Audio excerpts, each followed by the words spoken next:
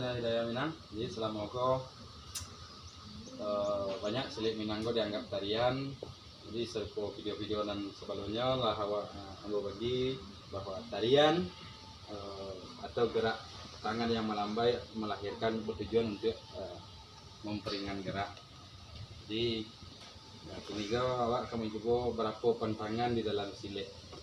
Yang pertama dalam silik itu sangat jarang dan bisa dikatakan guru silik managan anak muridnya untuk menyimbek terlalu tinggi. Tapi terlalu tinggi serangan itu akan rapuh dan mudah untuk dibaca. Serangan terlalu tinggi, ketika simbek terlalu tinggi. Umpama kalau seandainya posisi dari samping orang menyimbek, kau perlu seketek sentuhan. Jadi dalam silet itu tidak ada istilah target serangan silet, hanya simbeknya paling tinggi sampai di pusat. Sangat jarang tinggi serpo bela diri kebanyakan. Itulah keunikan silet dari antara bela diri yang lain. Jadi rata-rata serangan lutut, pau, pusat, termasuk kemaluan dan pusat. Paling tinggi hulu hati, tapi jarang. Rata-rata posisinya hanya sebatas lutut, itulah pinggang serangan, ke bawah, ya. Pinggang ke bawah. Ya, pusat lah, jadi pinggang sudah. Sesuai dengan Itu struktur tubuh. Di antaranya. Kalau seandainya di dalam pertarungan, yang pertama tadi tentang serangan. Posisi menyimbek yang sering diarahkan oleh ketua silet bukan simbek menyampiang atau tenaga menyampiang. Rata-rata ketua silet mengarahkan murid di dalam atau anak sasian di dalam silet selalu serangan lurik. Sangat jarang. Rata-rata kekuatan simbek kaki dan menyampiang. Kalau seandainya posisi lawan tak tape sasarannya, itu sangat rapuh dan gampang untuk dihindari dan gampang untuk dijatuhkan. Jadi posisi simbek tinggi itu dalam silet tak pernah dikenal.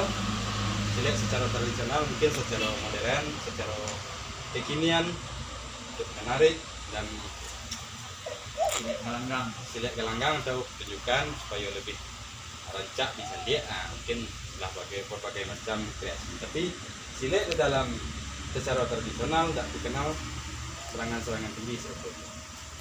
Kemudian dari serangan siku, kalau dikenal biasa tonjokan atau lebih dikenal di dalam silet menunggu.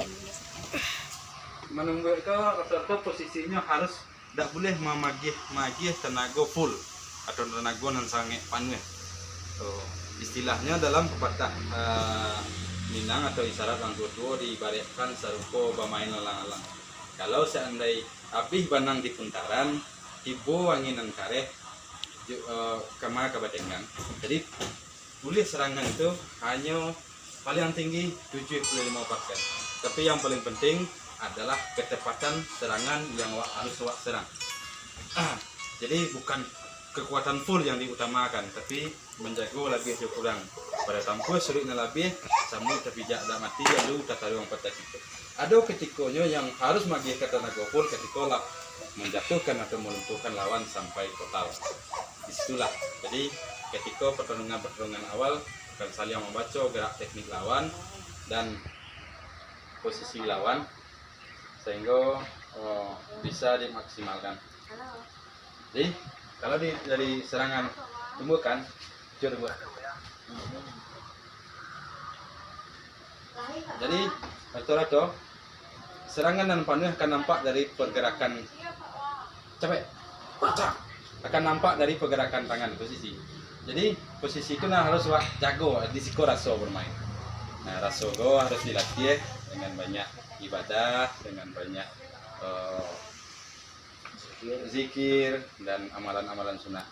Nah, di samping latihan, terutama latihan. Jadi kalau dari latihan awak sedang melatih feeling. Nah, sementara yang raso yang sawana itu lahir adalah gabungan dari firasat dan feeling itu sendiri. Membaca situasi lawan dengan melihat situasi. Silakan. Ketika serangan cepat. Jadi dalam silet posisi rapat semakin menguntungkan. Tapi kok jarang yang ditunjukkan. itu lebih identik biasanya dengan langkah tigo. Tapi di lain kesempatan nanti awak akan berbagi dengan tentang teknik-teknik rasio Silek Minang tentang langkah tigo. Biasa dalam sebuah pertarungan teknik-teknik langkah tigo lebih kepada gerakan-gerakan yang langsung mematikan. Ini sebatas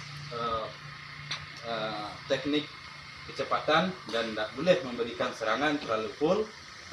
Kalau seandainya awak tidak akan mampu untuk menjatuhkan lawan dalam satu serangan. Jadi itu salah satu konsep di dalam Silek Minangkabau. Nah, Lang, jadi ketika serangan kare, di sini dibutuhkan fleksibel, nggak kare. Di sini dibutuhkan pergerakan fleksibel. Jadi semakin kuat orang memberikan serangan, dorongan itu secara otomatis akan melahirkan gerak dari aksi yang muncul, kemudian reaksi yang akan muncul. Silakan. Tak. Jadi gerakan kau akan muncul secara otomatis. Ketika kau terdorong, kalau seandainya tidak sempat dihindari atau tidak sempat digelekkan, tapi harus dilatih untuk menggelek lebih dulu. Itulah fleksibilitas teknik silet. Silakan. Cepat, kareh. Tang. Kau cilai. Tang. Jadi serangan bisa mematahkan lutut kalau posisi lawan dalam keadaan sulit.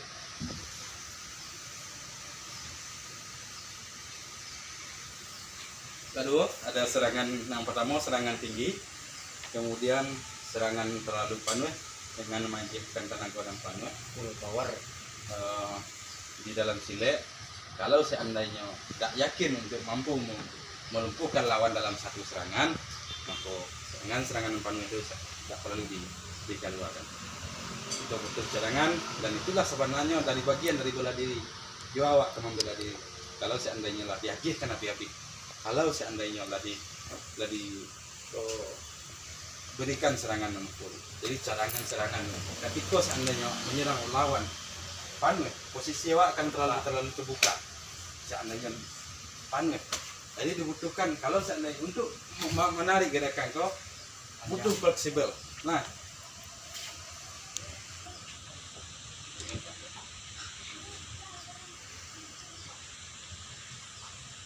berapa?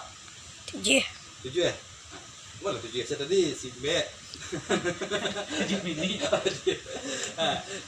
Si B menumbuh, kemudian tenaga dan tidak panuh. Jadi yo nyo.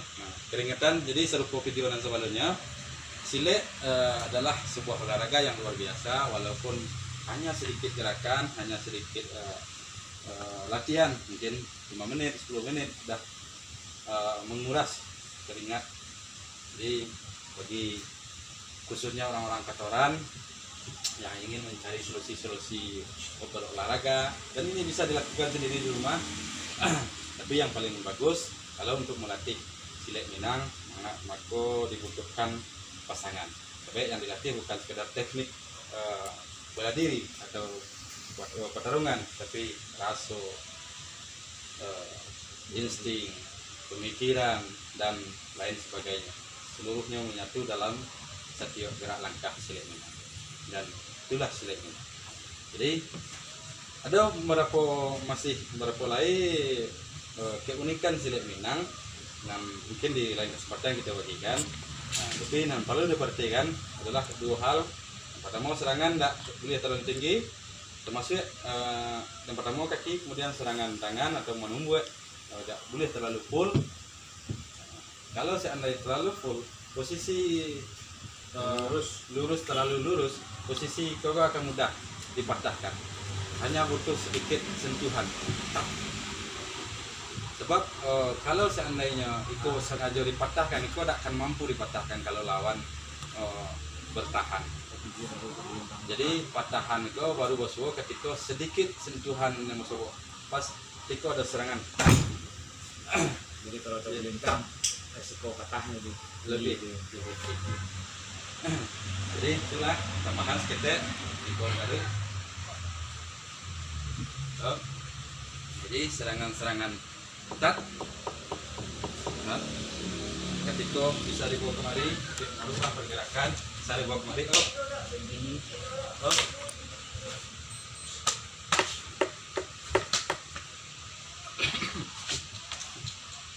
Jadi ada setiap teknik pembuka. Jadi ketika kemari geseran kemari langsung membuka kok.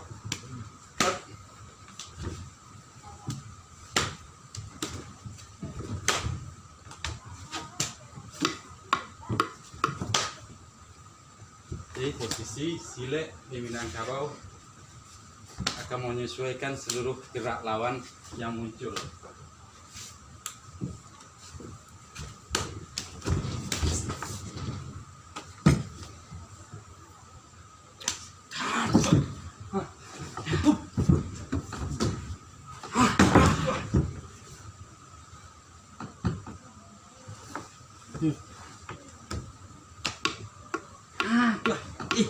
Matahan bisa dikunci dari situ, tapi posisinya terlalu longgar sehingga tidak bisa dikunci.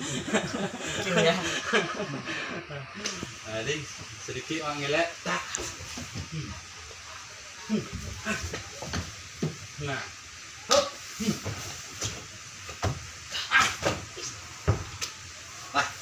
sekilas itulah, mudah-mudahan bermanfaat.